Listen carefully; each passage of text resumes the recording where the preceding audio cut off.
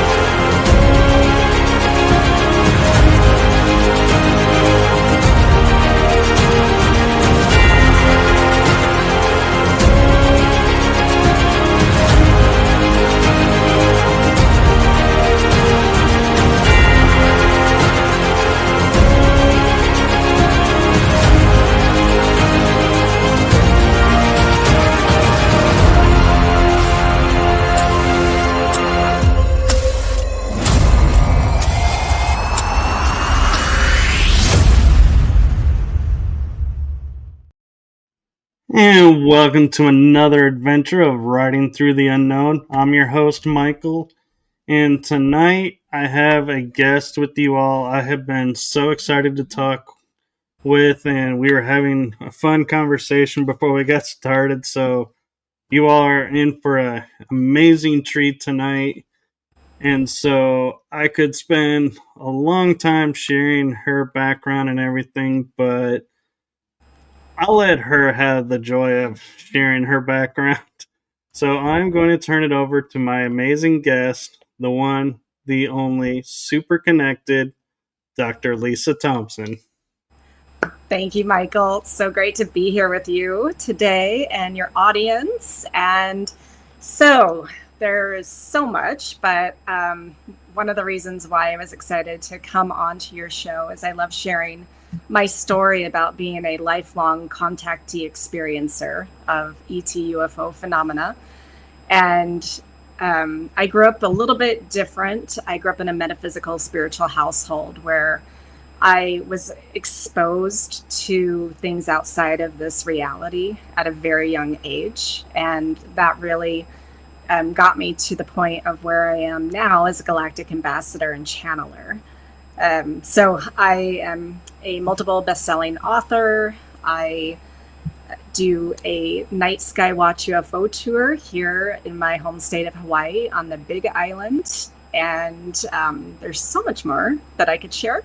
I'm a multidimensional awakening coach. So I help people tap into their multidimensional selves, which really helps bring forth their talent, skills, and abilities from other lives, parallel lives. And I am also a trained past parallel life regression therapist. And I've had my own regressions done with some very interesting outcomes, which I'm happy to share with you on the show too. Very cool. And, you know, as much as we were talking about having those couple of things in common beforehand, I was actually brought up by choice in the metaphysical as well. So that's kind of funny how we have things in common. And so my first kind of question that I think is probably on a lot of people's mind is, you know, talking about being like a galactic ambassador. What does that look like and how does that work? Well, if you had asked me, when I was younger and even just realizing I'm having these ET experiences, if I would ever be sharing my stories publicly, I would say no way, because this was back in the 80s where I was having these conscious memories as a teenager. And, you know, back then people thought you were crazy if you talked about ETs and UFOs. And so just to give you a little bit more background on my windy career path and how I ended up in this position. So I started my career with a PhD in evolutionary biology, marine biology, zoology. I was obsessed with animals growing up. But even when I was in graduate school, I would share with some of my grad student friends my experiences and my belief in things like Sasquatch, dragons, merpeople. They all thought I was crazy. So I learned, okay, I better keep my mouth shut to be taken seriously in my academic career. I was a professor for a couple of years, but that ended up not being a good fit. It was way too in the box, too confining, and I knew so much more than what I was able to share and teach about. So left academia, windy career path in mortgage industry for 5 years, and then I had an interior design home staging business for 12 years. And 8 years ago, I started my spiritual business. But it wasn't until 5 years ago when I moved here to Hawaii from Washington State that I came out of the proverbial closet. I did back in October of 2018 meet my Arcturian family, including my Arcturian self. That's a whole story. But it wasn't until I got here to Hawaii in December of 2020. So again, I'm coming up on 5 years, where I decided there was so much activity going on, UFO activity here on the island. I'm on the big island of Hawaii. And I would see all of these craft popping out. And so I decided to start a UFO tour business under my spiritual business. And so then, because I was doing this tour, I was sharing my personal experiences as well as information about the phenomena. And then I ended up writing my first book on this topic, Connection to the Cosmos, Remembering Your Galactic Heritage and Embracing Your Oneness. And during the writing of that book, my Arcturians wanted to start channeling through me. Now, I grew up in a spiritual school of enlightenment where the teacher was actually a channeled ascended master. And so I never thought I would channel, that I would let that energy come through me in any way, because again, that was kind of weird back in the 80s, 90s, and moving forward to most people. And again, I tried my whole life to be normal and fit in. But when I got here, I'm like, okay, I don't need to fit in anymore. I get to be my full authentic self. So during the writing, I started channeling, and my team, my galactic team, told me that I needed to start calling myself a Galactic Ambassador, because I was here to be a bridge of information from them and their realm to us as humans here in humanity, as we're in this really critical time in Earth's time period where there are multiple timelines going on, and people are going to have to choose, consciously or unconsciously, if they are going to shift to that higher vibrational reality of fifth dimension, or if they're going to stay back in the fear polarized third dimension reality. Yeah, and I love how you mentioned having a team, because you're like the second person that I've met in the spiritual world that refers to it as a team, and I just love that, because it makes it sound better than, oh, I talked to this person and that person, and I can't give you their name, and so it's like, okay, and I understand that. So I love how, using the word team, it's like everyone's like, oh, really cool. And I'm curious, because as starseeds go, I've always heard of, being the starseed connected to this family and this star nation or star beings tribe. But I've never heard anyone until you say they met themselves. Okay. So I totally want to hear this story. Okay. So if I can start from the beginning of when I was 15 and then progress to the Arcturian thing, because they are related to each other. So when I was 15, I had my first conscious memory of being taken onto a craft. It was a nighttime experience. I was asleep, so I don't know how I got into the craft, but I wake up and I'm inside this spaceship. And it was a smaller shuttlecraft, just me and my ET guide. And I didn't have any fear whatsoever, because number one, he looked human. And number two, I felt like I knew him, like he was my friend. So we start flying through space, and when we landed where we were going, I asked him where we were. He said that we were inside of Io, one of Jupiter's moons. And then he started touring me around what looked like a hospital facility where I could see into different rooms. People were being examined, but nothing scary. And so then my next question, everyone looked human. So my next question to him was, are you human? Is everyone here human? He said, no, those of you that we have brought here are human. We are not. We are humanoid, but our form tends to scare you, so we disguise ourselves. So then my next question to him was, well, why are we here? Why am I here? And he said, those of us that had been chosen to be brought there were being tested to see if something happened to Earth, if we could live in an environment like that or something similar. Now, this is back in 1988, where we're still in the Cold War, on the verge of World War III. So there really was a timeline where something could have happened. And then at the end of the tour, I asked him if I could see what he really looked like. Because, again, as a kid, obsessed with animals, and the weirder, the better. So when he showed me what he looked like, he was about 7 feet tall. He had pure white skin, bigger dark eyes, and long red hair, like the red on your join now, like red. And then he also had triangles tattooed on his cheeks. So very extreme in his size and coloration, but completely benevolent.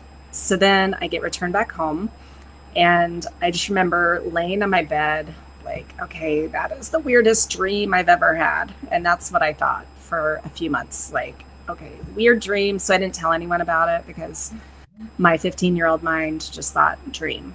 So a few months later, I was reading Whitley Strieber's book, Communion. And for those in the audience who don't know what that book is about, it's his experiences in the 80s of being taken by gray ETs. His experience is very different than mine, but at the end of his book, he's interviewing different people that have been taken, and they all have the same kind of gray experience he's having, except for one guy had a completely different story, where he was telling Whitley that he had been taken to a moon of Jupiter and told he was one of the chosen ones. Whitley makes a little side comment that I interpreted sarcastically. I hope it isn't Io. And when I read that, full head to toe body chills, tears started coming down my face. And so that was my body's way of telling me that was a real experience. So at the time, my mom and I were part of that spiritual school of enlightenment. And we had been learning about things outside of 3D reality. So I knew if I told her, she would believe me. So she did. She got very excited. And a few days later, she introduced me to another student at our school who had formerly been very high government, who knew about the different ET races that our government knows about and even works with. So I shared the story and got to the part of describing them. And he was like, I don't know that race. He said, but we don't know all of them. There are so many out there. But he said, you had a real experience. So not only did I have my own validation, but I had that external validation. So then we're going to fast forward to October of 2018. I was taking a psychic intuition class for several months, but on that first night of class, the teacher led us through a meditative journey to meet a spirit guide that would help us get extra information. And I had already been trained as a regression therapist, had done a lot of spirit guide, journeys, met humans and animals. But this time was totally different, where I went to a different realm, and in front of me were the most beautiful blue-skinned beings. Big, bald heads, skinny bodies, the most beautiful blue skin. And they exuded the most pure love I have ever felt, more so than anything here on Earth. And their message to me was, you are one of us, we are one of you, we are family. And then we were to ask if they had a name that they wanted to be called. And so even though there was a group of them, there was one that was to the front that was the spokesperson. And the name given to me was Uluru, like Ayers Rock, Uluru, in Australia. And I was also presented a gift of a quartz crystal.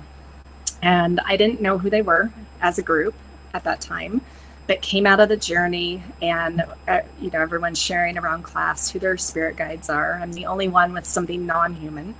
But there happened to be a lady in class who knew some of the different ET races and what they look like. So when I was describing them to her, she was like, that sounds like either the Arcturians or the blue avians. And so I had to go home and Google what that was. And when I saw the images of the Arcturians, it's exactly what I had seen in this journey. And so that helped to validate that, okay, I really did experience that. But it took a few years. It took me actually, again, being here in Hawaii and fully stepping into my authentic self of sharing my experiences to understand like what had just happened, what I'd met. And so when I got here and started channeling, when they were like, you know, we really want you to channel our messages. And I took a channeling class, and in that class was when I realized, oh, this is me. Arcturian Uluru is me. And that made it so much easier to channel because I was just channeling an aspect of myself. But what's super interesting is that it also, in 2021, before I started the channeling, my light language got activated.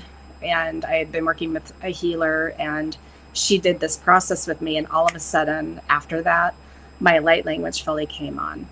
And so then when I realized, okay, I am this Arcturian, and I'm a healer in that realm, I knew that I was a healer. And so what I realized was that quartz crystal that I had been given represents the Arcturian healing energy that I send from that realm down to me as Earth Lisa for my own body to process that energy, but also for my healing clients and Mother Gaia.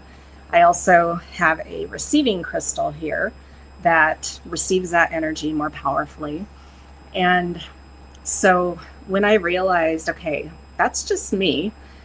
And then when I got used to running that higher frequency energy through my body for several months, the beginning of 2023, they were like, okay, it's time for you to bring in some of your other groups. And so over a period of a few months, I led 13 different sessions, channeling 13 different higher dimensional galactic races, including the Arcturians. And what I realized was all of those different ET races were also aspects of myself. And so being the regression therapist and knowing that we have infinite lives, parallel lives, because at the quantum level, all timelines exist simultaneously, in really trusting that, then I knew that I could tap in to these different lives and receive the information, wisdom from them that they wanted to share with humanity to elevate consciousness. And so to date, 13 groups have come through me. The Arcturians, though, are still my primary group. But in my healing sessions, the Sirians, so from Star Sirius, and then my mantis, the praying mantis beings, they also channel their healing energy through me. It's, again, I have aspects of them that I'm pulling forward. And so between the Arcturian, Sirians, and mantis, then they have given me what I call infinity healing method, which is this beautiful healing modality. Yeah, and so I'm curious, and this was a great segue because I was hoping we would talk about your healing modality and what it is and how you had your awakening to it, if you don't mind. Yeah, it was definitely a process because growing up, I never thought I wanted to heal people. My mother, she wanted me to be a doctor. I was always very sciencey. I was also very creative, though. But, since I went into biology, she's like, you should be a doctor. She wanted me to be a chiropractor or a naturopath or something like that. And I'm like, I love animals. I don't love people. And people hurt you. Animals don't. So That's true. I had a lot of lessons and issues to work through in my first many years of life up until roughly age 42. I'm turning 53 in a few months. But so when I ended up basically getting out of my second marriage, because I had back-to-back marriages that were pretty toxic. And I realized, okay, I'm the common denominator here. So let me clean up my own environment so that I don't recreate, this next toxic relationship. So using some of the techniques that I learned at my spiritual school, and then working with a coach and other healers, I really started doing deep dive clearing. And then I also then was called to get trained in my first modality, past life regression therapy. And again, I now call it parallel life regression. But really, when I started working with that and working with some of my cohorts in my certification program, that really was getting to the root cause of blockages and limitations, and learning how to work with that energy and shift it, how to rewire the brain. So that started it. But then when I moved here to Hawaii, my team told me, you need to learn sound healing. You need to add that in. And so I have all my crystal singing bowls, the chakra bowls, the 528 hertz, and some other instruments. So I started playing with sound in my sessions, and then that light language came on. And so then that got incorporated. And then when I fully realized that the Arcturian, Syrian, and Mantis energies were fully coming through me in transmissions and downloads, then in 2023, that's really when the Infinity Healing Method came fully online with all of the different components. And there's even more. Like every session is a little bit different with what clients need, but it's an amazing process to really heal emotional issues. It can heal physical issues too, but most physical issues stem from emotions, stuck trauma in the body, whether it's from this life or from parallel lives that is seeping into this earth life. And so it really was just kind of an evolution of how it came to be. But I'm super excited because starting at the end of October, I'm going to be having my first certification program and helping people access their own galactic energies. Other people, they may have other star beings like Pleiadians or Andromedans or some of the others that they are more connected to. And so I'm going to help them open that up so that they can channel these healing energy frequencies for their clients as well. That's really cool, and thank you for doing that. My pleasure.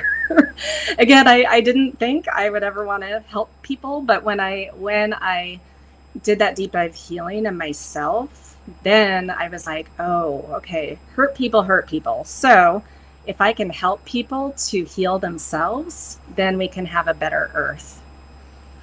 Exactly. And one thing I'm curious about, if you thought about this in any way, is Hawaii, to me, is a island or land that's connected with the ETs. And by that, I mean they have stories of like the dolphin creation story that I feel like, the gods that they call them were ETs. Mm-hmm. And so I'm wondering if your work and your connection is what drew you, do you think, to Hawaii to be in that energy?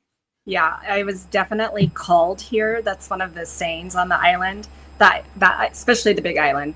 She either calls you in or she will spit you out if you're not meant to be here. And so when I arrived here, we moved in the middle of COVID. So we had no reason to move, really. We were living pretty happily in Olympia, Washington. And when I say we, it was me, my third husband, Skip, and my kids.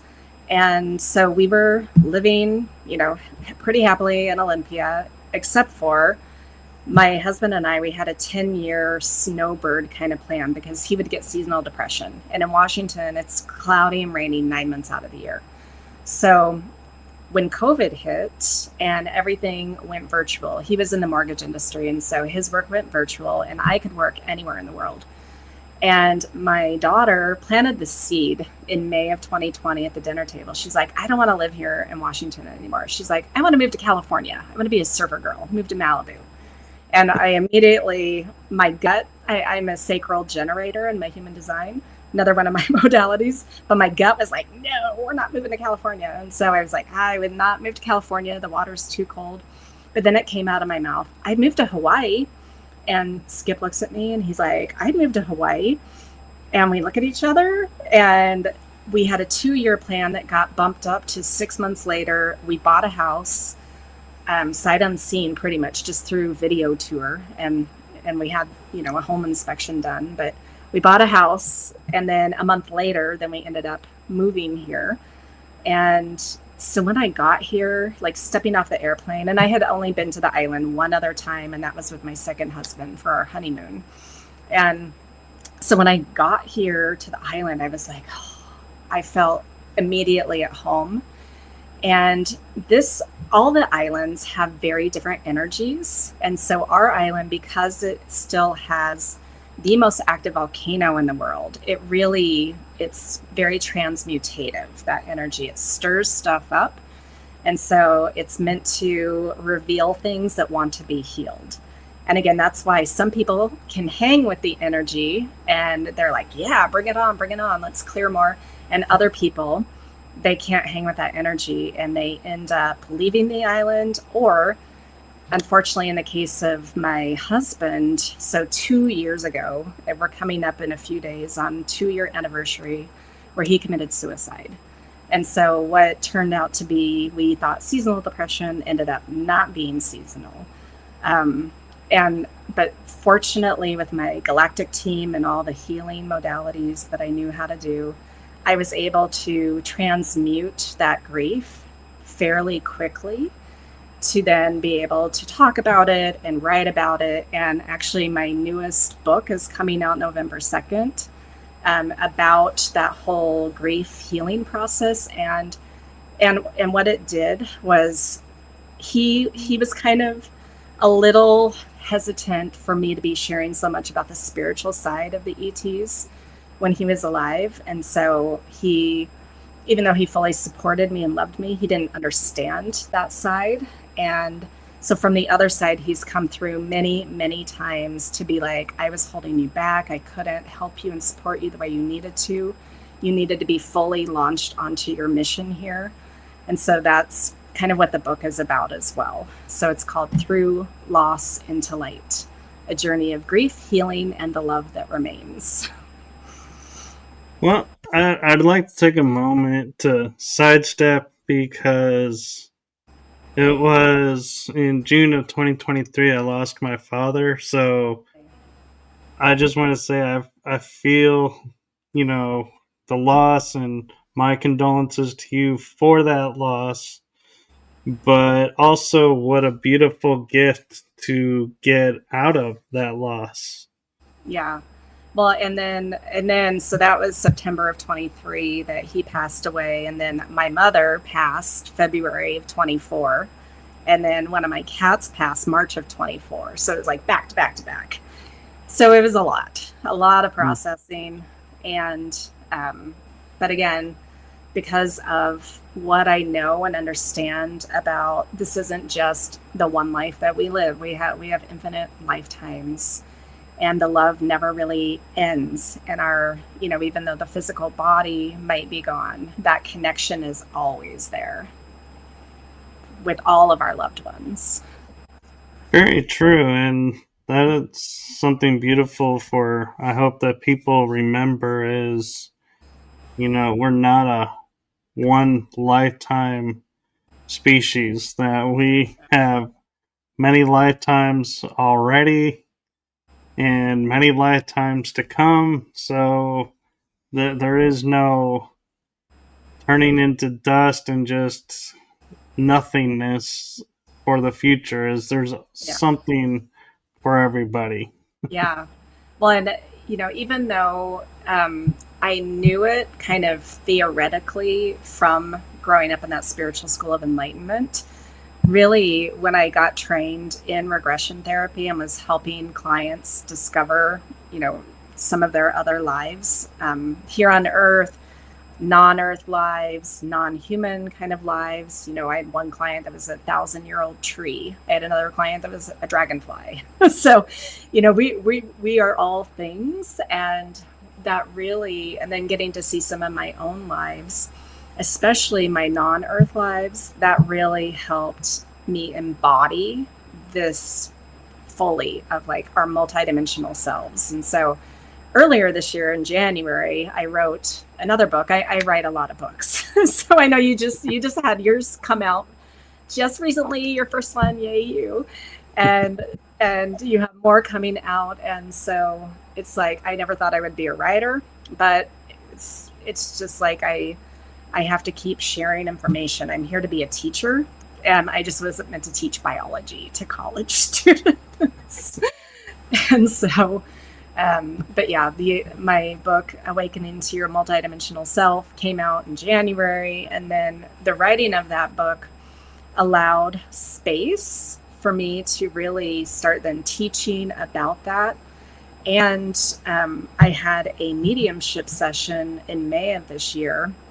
I've got a lot of psychic medium friends, but I had a very special mediumship reading where my husband Skip came through from the other side, and he very adamantly told me, finish the book. And she was like, do you know what he's talking about? I'm like, yeah, it's the book about him. So that's why I had to finish the book. No, that's beautiful. And I'm curious with terminology, because you mentioned parallel lives and, multidimensional lives. The term past lives, do you view those as parallel lives or the multidimensional life, or? Yes, parallel and multidimensional, because what we know at the quantum level, there really is no past, there is no future. Everything exists in the now. So if you think of like stacked paper, everything's existing. And it's just in this earth, very slow, dense reality. We somewhat experience linear time, but it's not real. It's just little blips. And when people say you can't change the past, maybe not well, actually, and I would disagree. You can change the past because all timelines are existing simultaneously. And when you jump to other timelines, then those timelines have other paths that are different in some ways than what this current past reality is. So when you're talking about jumping timelines, is this something like physically you're jumping, or you're going on the astral plane and working there? It's we're constantly changing timelines just by making choices. So let's say I make a choice right now, I'm going to go left. Well, there's still one of me that's taking the right. So that's still existing. But because I've chosen to take the left, then that's a new timeline reality. And so it's really these micro choices that we're making, but we can make major shifts, especially. So my Arcturians are the ones who for the last 4.5 years have been channeling through me and telling me specifically as well, besides my clients, of you get to choose what timeline you want to be a part of. And it's all about what you put your attention on. We create our reality, right? Law of attraction, we create our reality. And we're either consciously creating it, or most people are unconsciously creating their reality. And so what they have shared through me and to me is that whatever you're holding your focus on, really holding that focus, and what environment, what vibration are you in, and what emotions are you experiencing, that creates your reality. That puts you in these different timelines. And so we're timeline jumping all the time, frequency wise. So it is both physical, but it's also energetic.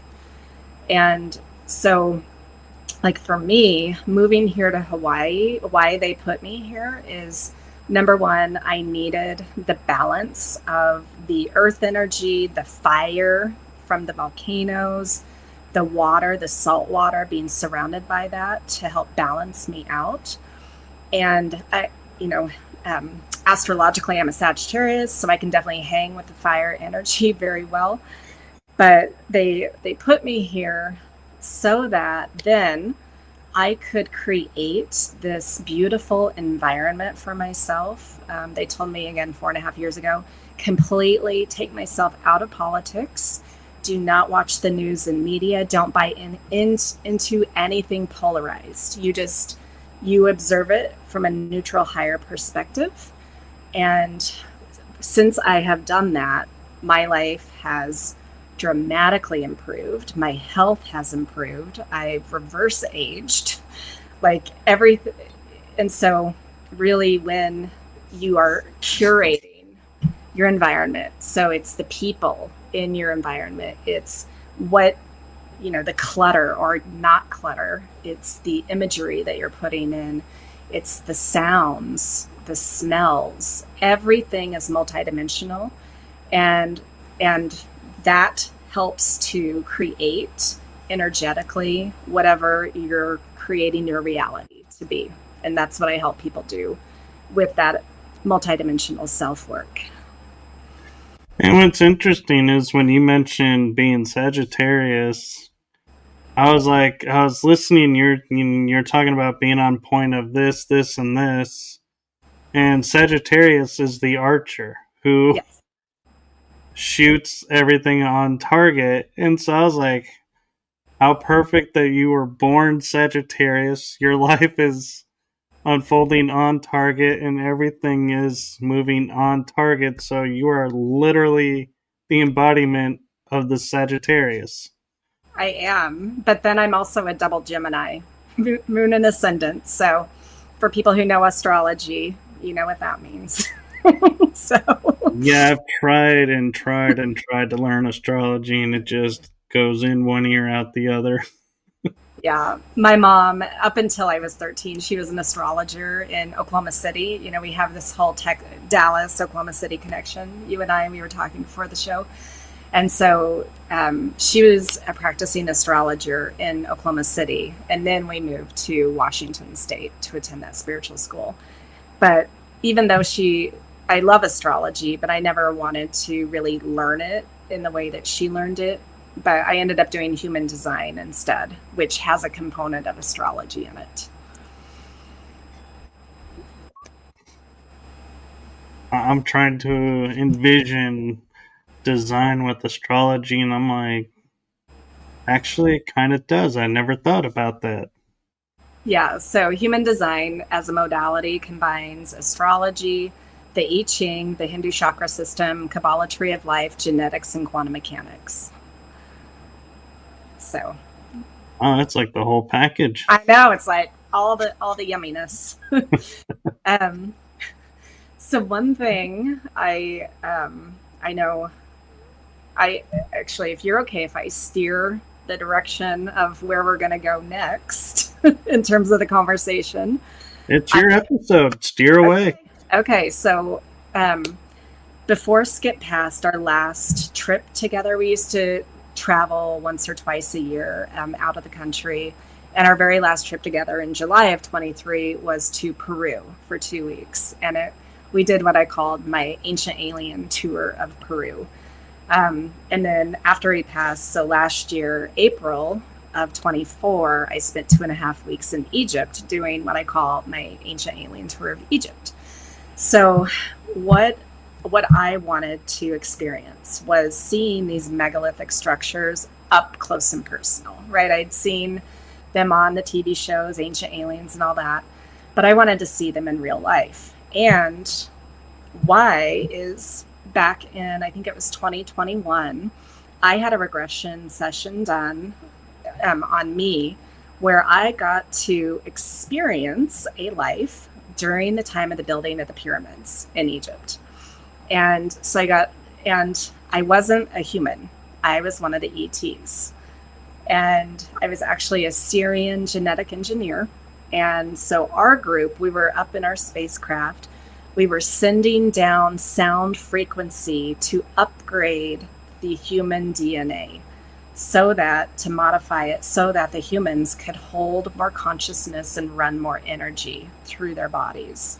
Then there were others of us, boots on ground, teaching the humans how to do sound thought levitation of these megalithic stones. So I was getting to see this whole thing play out. And, you know, the pyramids and all the structures are much more ancient than what traditional archaeologists will allow to be. But so seeing that, and then we had another experiment going on. So we had this Earth experiment where we were directly teaching the humans how to do this. Then we had another experiment where we were on a similar kind of planet. We were sending the sound frequency to upgrade those beings, but we were not teaching them anything. We were just letting them evolve naturally. And the interesting thing between, and this brings in my science, like I have so many sciencey ET lives, which is why I'm also a scientist in this life. But the experiment, the ones that we left alone without teaching, ended up staying really harmonious with their environment. If you think of the beings in the Avatar movie, you know, how closely connected they are to life and to the land, that's what happened. So that group stayed completely harmonious, where the humans ended up, basically, it was prior to the destruction of Atlantis, but they ended up, you know, basically getting power hungry and having to fall again, cyclical. We've had a lot of cycles here on Earth of the falls. So that was very interesting to be able to see these structures up close and to understand how far away the Aswan Quarry is from where the Great Pyramids are in Cairo. It's 600 miles away, 900 kilometers away. And, you know, each of these stones, like maybe 80 tons. So pretty incredible to witness. It is, and you're going to laugh at this, but I spent one of my birthdays in Egypt. Okay. And so it was, I always viewed it as, it's like one of the few places on Earth where you can literally walk in the footsteps of the ancients in present day. Yeah. And it's like you can still feel like the pharaohs are there, the gods are there, and everything is still there as if it was happening now, because it's so untouched and it's so like preserved in such a way that it's like you literally are like, you step on a grain of sand and it's like Pharaoh probably stepped on this grain of sand. Yeah. Well, and being here in Hawaii it's kind of similar to being in Egypt or Peru and seeing this, because the Hawaiian Islands and all the islands in the Pacific are the mountain remnants of the Lemurian continent. And, you know, do you know much about Lemuria? I do, and actually I took a cruise to to Hawaii, and had a really magical, and when I say magical, I mean with the K, not the C, experience there. Well, and so I think, like, for me, you know, I do have lives in Lemuria, and those people who are called to visit regularly to the Hawaiian Islands or who are called to move here have this Lemurian connection as well. And we all have Pleiadian connection, but that is the primary energy, the Pleiadian energy, the Syrian energy with the dolphins and the whales, as well as there's big Arcturian energy here in Hawaii too. And so that's another reason why I knew I was called to be here on the island. And then my whole dragon team is here inside of the volcanoes. And I have a connection with the Agarthans, the inner earth beings. There are tunnels. There's a tunnel that goes directly here from the Big Island to Mount Shasta. But we also have a lot of the transmedium craft activity here in the islands where the ships are coming in and out of the water. And I think that a lot of those craft that are doing that are our inner earth friends, counterparts coming to check the surface. So it's an interesting realization to have that I'm connected to all this. And a lot of people are connected, they just don't remember, or they're not ready to remember. Or I wonder if they do, but their work is keeping them somewhere else. Yeah. To balance, to share the energy from there to pinpoint other locations. Oh, absolutely. I mean, people are being placed in all these different locations around the world and some people don't even need to know that they're here to help that balance or help the shift. Just their physical presence and their energetic presence, they're doing their work without even knowing that they're doing their work. Now, earlier when we were talking about, you being in Hawaii, you were mentioning each of the islands has their own energy. And my experience happened on Maui. So I'm curious what you feel the energy of Maui is. So Maui is the sacral center, Big Island's root chakra. Maui has more of that gentleness about it, and it's also got a very kind of sexual energy built into it, where like Hawaii is the crown chakra, and Oahu would be the solar plexus, the power seat. Interesting, because when I mentioned my magical experience, it was I had leg surgery done because I broke a bone on some stairs, and I got through PT to go to Hawaii literally like almost like a week, give or take moment. And so I was on crutches and I went to do snuba in Maui, which is snorkel and scuba combined. Mm-hmm. And I get on the boat and I don't have my crutches with me because I was like, I'm not taking them on a boat. I left them on the ship.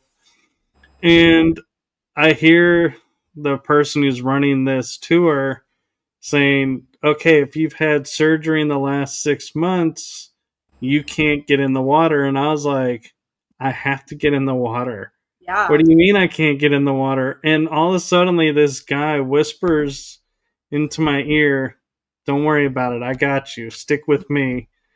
And so we kept it quiet that I had the surgery. And he helps me. And I get to the bottom of the bay.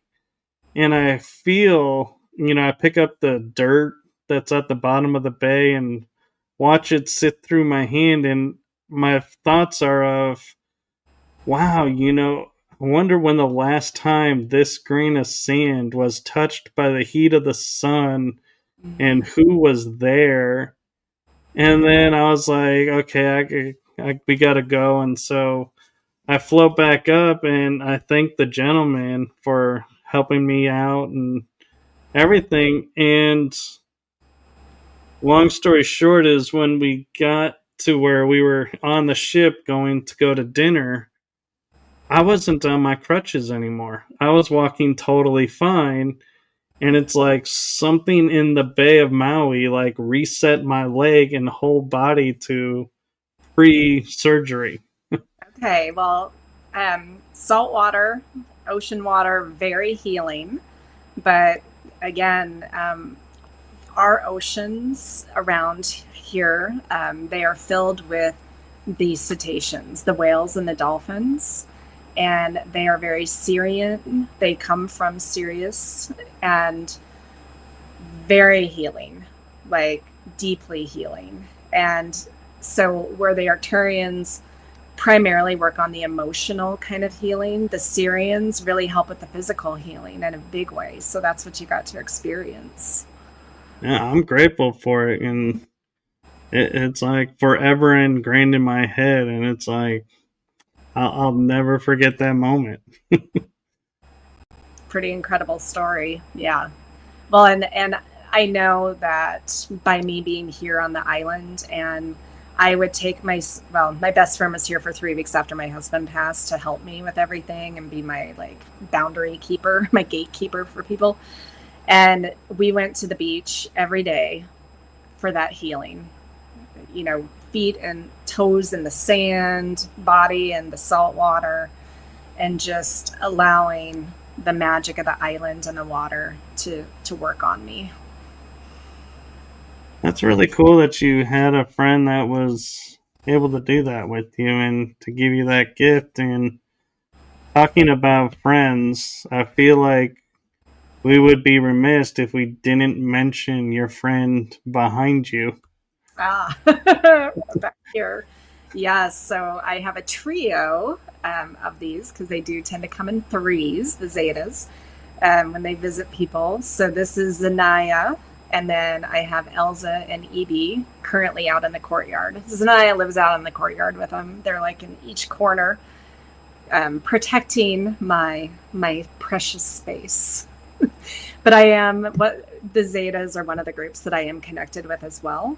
And I know a lot of people have some judgment or fear about the Zetas, and there's no reason to. Like, if anyone has had any experiences where they feel like they've been taken by them, or maybe their eggs or sperm have been taken, it's all a soul contract agreement. And I myself know that I'm part of that Zeta human hybrid program. I have 12 hybrid children somewhere out there in space. I haven't met them physically yet, but at some point soon that's going to happen. And I know that my Zeta life, I would have been like, yep, sign me up to be human. Let's go and do this. I'll be part of that. And I wonder how many are like, I'll sign up for that, and then they spend like a year or two here, and they're like, can I unsign up for this? Right. This is not what I thought this was going to look like. Well, I think a lot of us, even if it's just Earth humans that we're experiencing, we come in, we're like, yeah, let's sign up for all these hard lessons because Earth school is like the PhD level of school.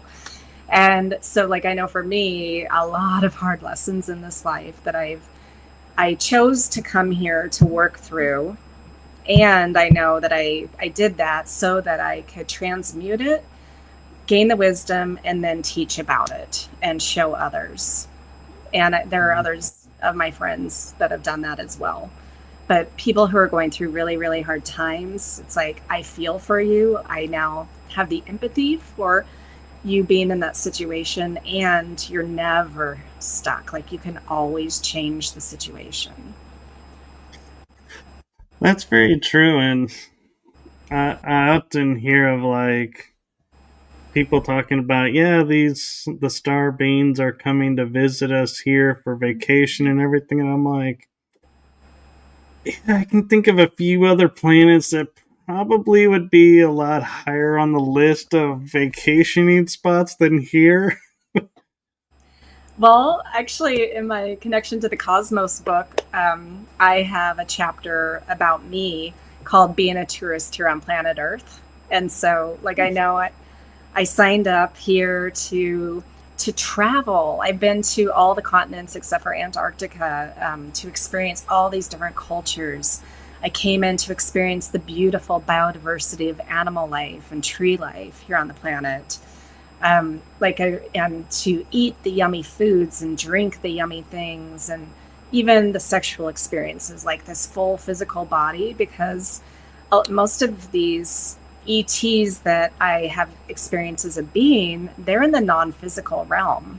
They don't have the same kinds of physical bodies and experiences. And so it's like, okay, yeah, let me come here to Earth and experience the magic of it, as well as the Right. heart.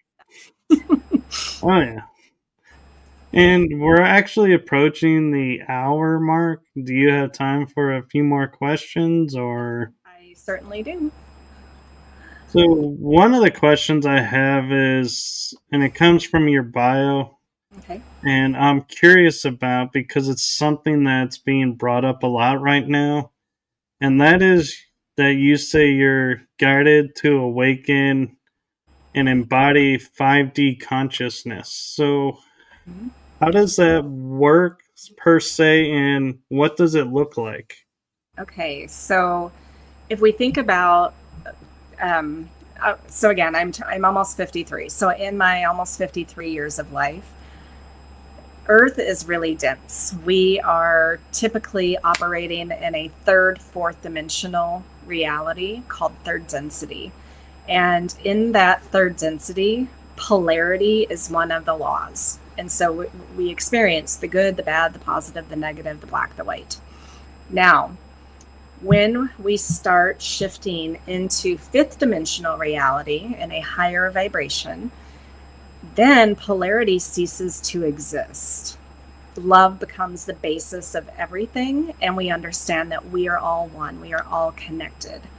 Now, my life, since I was 13, so almost 40 years, I have been in and out of my spiritual journey of learning how to understand these concepts, to keep my vibration as high as possible. That doesn't mean I've had some really hard things, 2 divorces, one very abusive husband.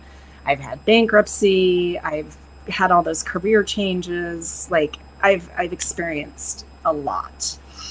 And though every time I rebuild and get myself out of it, I become lighter and lighter in vibration. And so what, again, 4.5 years ago, when my ETs were like, okay, you need to no longer be in that pendulum swing of I'm right, you're wrong kind of judgment, and just really be neutral, see things from a higher perspective, understand that it's both sides of the coin and all perspectives are real for those people experiencing them, and to maintain my own environment. So if I am elevating myself to be operating more in a state of joy, following my passion, being in play, coming from love, that is fifth dimensional reality. That is 5D consciousness. That's where we have compassion for others.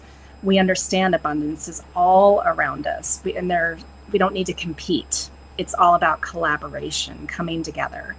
And so that ultimately is what I'm here to help be a bridge to. That's also where full open galactic contact exists as well. Now, it can happen without that, but the ETs that really want to be here among us are these slightly higher vibrational ETs. They want us to know they're there, and they want us to be part of the greater galactic community, more so than just Earth. And so there is a shift that is happening where there are people like me that are being the light, leading the way, teaching how to clear out the denser energies from one's own personal body. Because as long as we stay in judgment of ourselves, then we're going to judge other people. We can't, that's just what happens, because people are mirrors for us. So if we don't like something in someone, it's because there's something inside of us that we're not liking. And so the more that we can heal that, clear that, then we can be lighter vibration and come from that place of love. And I know that that has been my full experience over this practicing of it for the last really 4.5 years. So, in your opinion, let's say tomorrow we wake up in the 5D and we have that mindset. Are we forever in that mindset, or can Not we fall back necessarily. into the 3D? Yeah, it's a practice, especially if there's still a lot of heaviness or shadows within someone, and they still get triggered heavily by other people, then it's very easy for them to dip back down, because it is like this continual like up and down, and that really the practice becomes holding that higher frequency longer and longer and longer, and holding the focus, the emotions in that higher frequency. And then at some point, then it's really fully anchored, fully embodied in that person. And people will start falling away from you when you start operating in higher frequency reality. I know for some people, they don't want to lose their people, and it's a choice. For me, even losing my husband, that was a change in frequency. Like, he couldn't hang with my energy anymore. And I knew it, but he came from the other side through probably 8 different mediums telling me the same thing. And none of them knew each other. So it was like, he really wanted to get that through. Like, you were elevating and I was keeping you back, and I couldn't do that to you anymore. And, that raises an interesting question, too. And actually, I got 2 questions about that for you.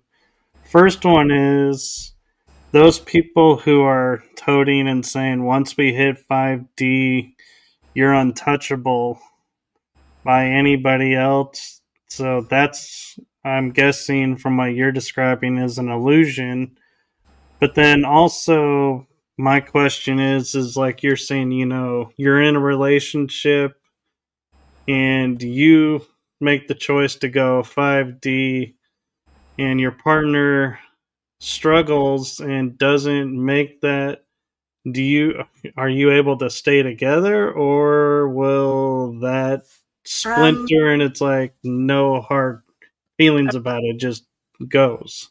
So it's all frequency specific, like attracts like. And so if someone is really deep on that spiritual path and really committed to keeping that frequency elevated, if the other one isn't willing to be there, it's not going to even necessarily be a conscious falling apart. It's just a natural falling apart. And I know, and again, like, I know that can be very hard for people to hear. I have elevated or changed. I'll just say change, because elevation seems like a judgment, like it's better.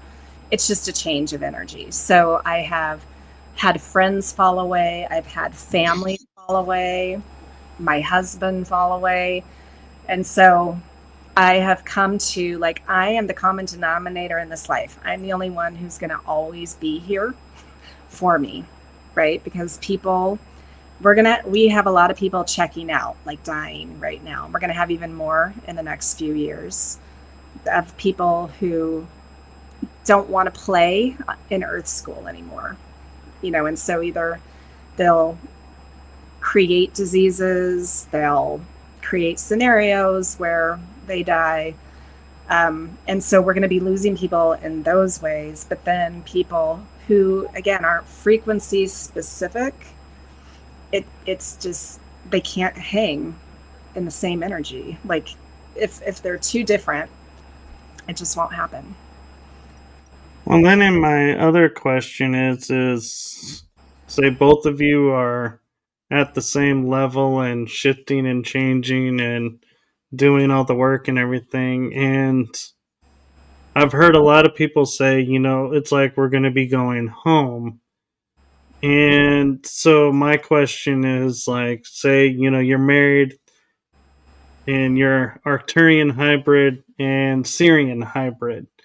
Well, if you're going home, does that mean splitting up that marriage and everybody goes back to their home worlds? Or is there like a choice where you can go and be with the other person? Well, here's the thing that I think people either don't understand or forget, because we come here to forget, to then remember, is that we are all from source. That ultimately is our home. And we are all one. We are all connected always. And so when, let's say, this physical body of Lisa passes, well, my soul still is there. My energy is there. And then there are choices that get to be made of, like, okay, which life what kind of life do I want to experience next? Or do I want to do some non-incarnated school first? But again, everything is existing simultaneously. And so we are spirits, and this is like a dream. This reality is a dream. It's actually not real. These are our avatars. We're playing a video game. So that actually brings up an interesting question of, if we're able to shift timelines, if, say, I wake up tomorrow and it's my last day on in this world, can I jump when I pass to another timeline and keep going? Or do all timelines cease and start over from 0 point? Okay. That is a good question, but they're all existing, so it's so you may choose to be born, physically born again, and then you keep going on whatever mission, whatever journey your soul is on. But some people also choose to, they don't want to go through that birth process, and they walk in to a body that's already existing. So they have a soul exchange within a physical body. And I know a few walk-ins now that I have met, where that old soul that was born into the body, they were like done. And so then this other soul was like, well, I'll take over for you. And when that happens, though, their life changes drastically, because that new soul energy has a new mission. And so like all things are possible, Michael. Because I was just thinking of it going, like, they talk about, like, going to the Star Trek future, and it's like, man, working towards that. And if I got cut short of that, I'd be like, I don't want to start over as a little kid and be like, have to grow up to reach that point, because I'm at the pinnacle now. It's like, I would want to be like, okay, now at this pinnacle point going forward, I'm like, I'll just jack into that timeline where I'm still the same age and keep going to get that point. And I was like, I mean, or you could choose a life where that Star Trek future is already existing. Again, all timelines are existing. There is no past, there is no future. So even though we call it Star Trek future, it's existing. Yeah. So it's just a matter of what you and your team decide after this body perishes. Yeah, and talking about how everything is at the same time, it's like, I don't know if you've heard, like, where they say, like, Star Wars is our story of our past. And so a friend of mine put out a meme, and sorry if I'm mispronouncing it, that's just the way my mind says it, but where he had on the top and said, Star Wars is our past, and then underneath it goes, Star Trek is our future. And I was like, it's kind of funny, because we're taught, like, society is like, oh, if you like Star Wars, you can't like Star Trek. And if you like Star Trek, you can't like Star Wars. And it's like, if they're both the same timeline history, what's the big scare of having us being okay with both of those? I never got that. So my mother, she was the Star Wars mom. Like, she was obsessed. My dad was obsessed with Star Trek. Now, I didn't grow up with my dad. They divorced when I was 2, but I got exposed to both. And both are true. So Star Wars is based on real stuff that happened in our galaxy, known as the Orion Wars. And, if we have time, I would love to share this very real story about, so me as Arcturian Uluru that I was telling you about earlier, that life was during the time of the Orion Wars. And I was a master healer. And back November of last year, I was on an ET diplomacy conference as a speaker. And there was a lady who was a speaker who invited me to be on 2 of her podcasts. One co-hosted, one solo. I was on the solo one first, then I was on the co-hosted one. Her co-host had never met me, knew nothing about me whatsoever. But she remembers her life during the time of the Orion Wars, and she was a Lyran from Lyra constellation, one of the cat humanoids. And so she remembers her full life. She wrote a book about it. But in the middle of the podcast, she recognizes me. She's like, I know you. She's like, you're Arcturian. I said, yeah. She said, you're a healer. I said, yeah. She said, I wrote about you in my book. And so after the show, she sends me her book, and I'm getting to the part where she's writing about me. And I thought it was going to be really generic, like, oh, some Arcturian healer. But no, it's very specific. Master healer, Arcturian Uluru. And with what my role was, you know, in the book and with her. And so, again, not only did I have my own validation knowing I am Arcturian Uluru, but then here's someone who's never met me, who's writing about me, who remembers it all too. And so it's kind of crazy because, again, these parallel lives, we think of it as past, but it's really not. It's parallel.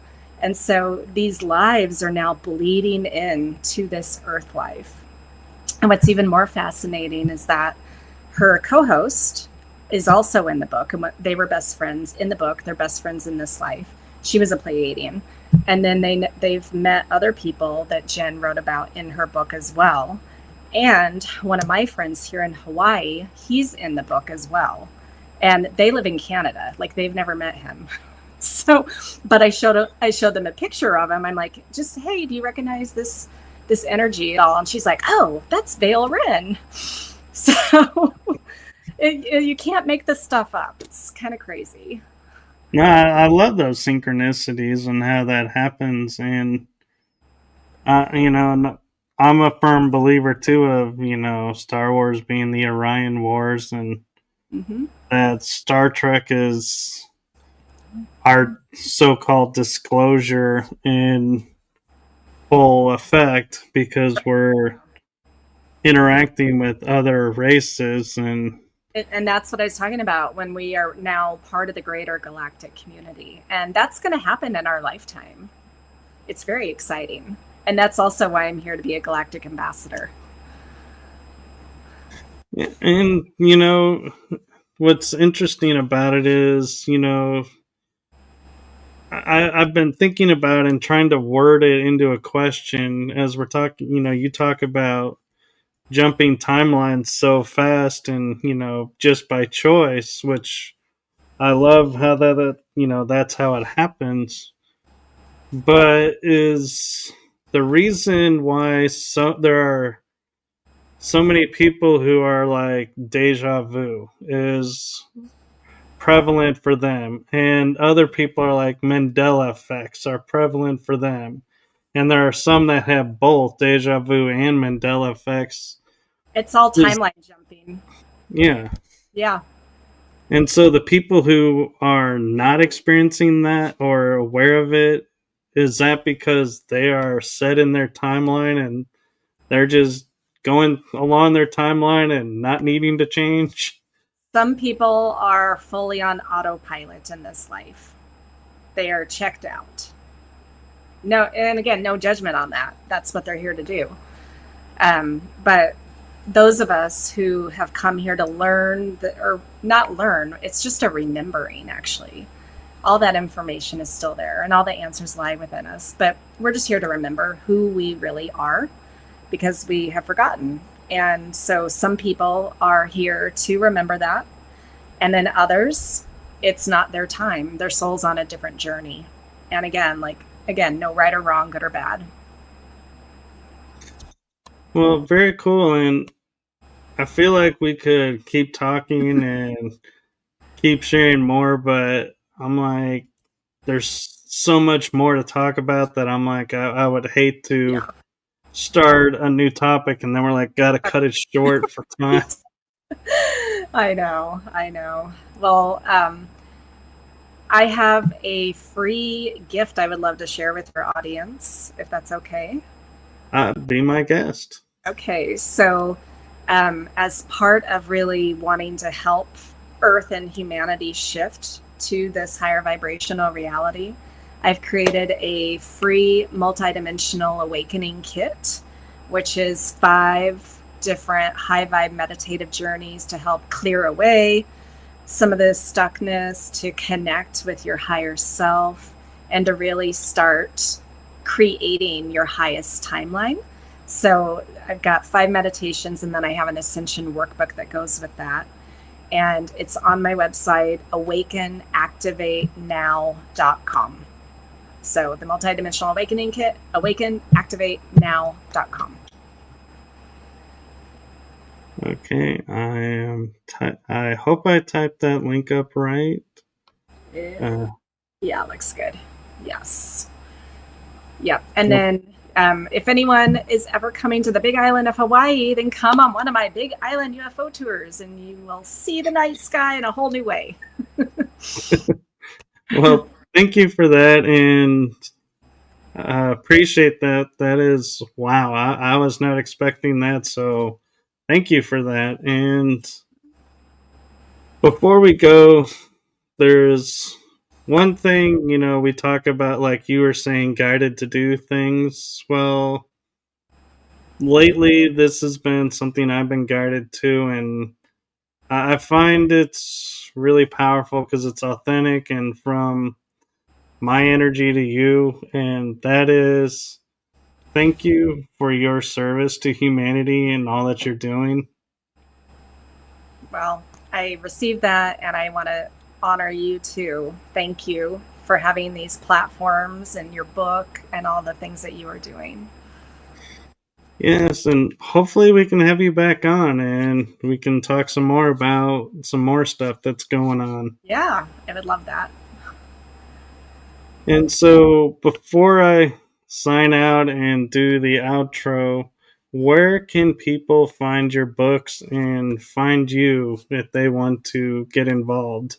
Okay, well, so all of my books are available on Amazon. So if you live worldwide, you can access any of them. And my author name, it's not Dr. Lisa Thompson, it's Lisa Thompson, PhD. But there, my main website where all my services are located. You can also buy books off my website and my Oracle card decks. I've got 10 different decks. That is, you can either go to mysticmanta.com or drlisajthompson.com. And then I am on Facebook and Instagram. My Instagram is galactic_Dr. Lisa Thompson. And then I also have BigIslandUFOtours.com. Very cool. And most of these, I believe you sent me, and so they're in the description. Yeah.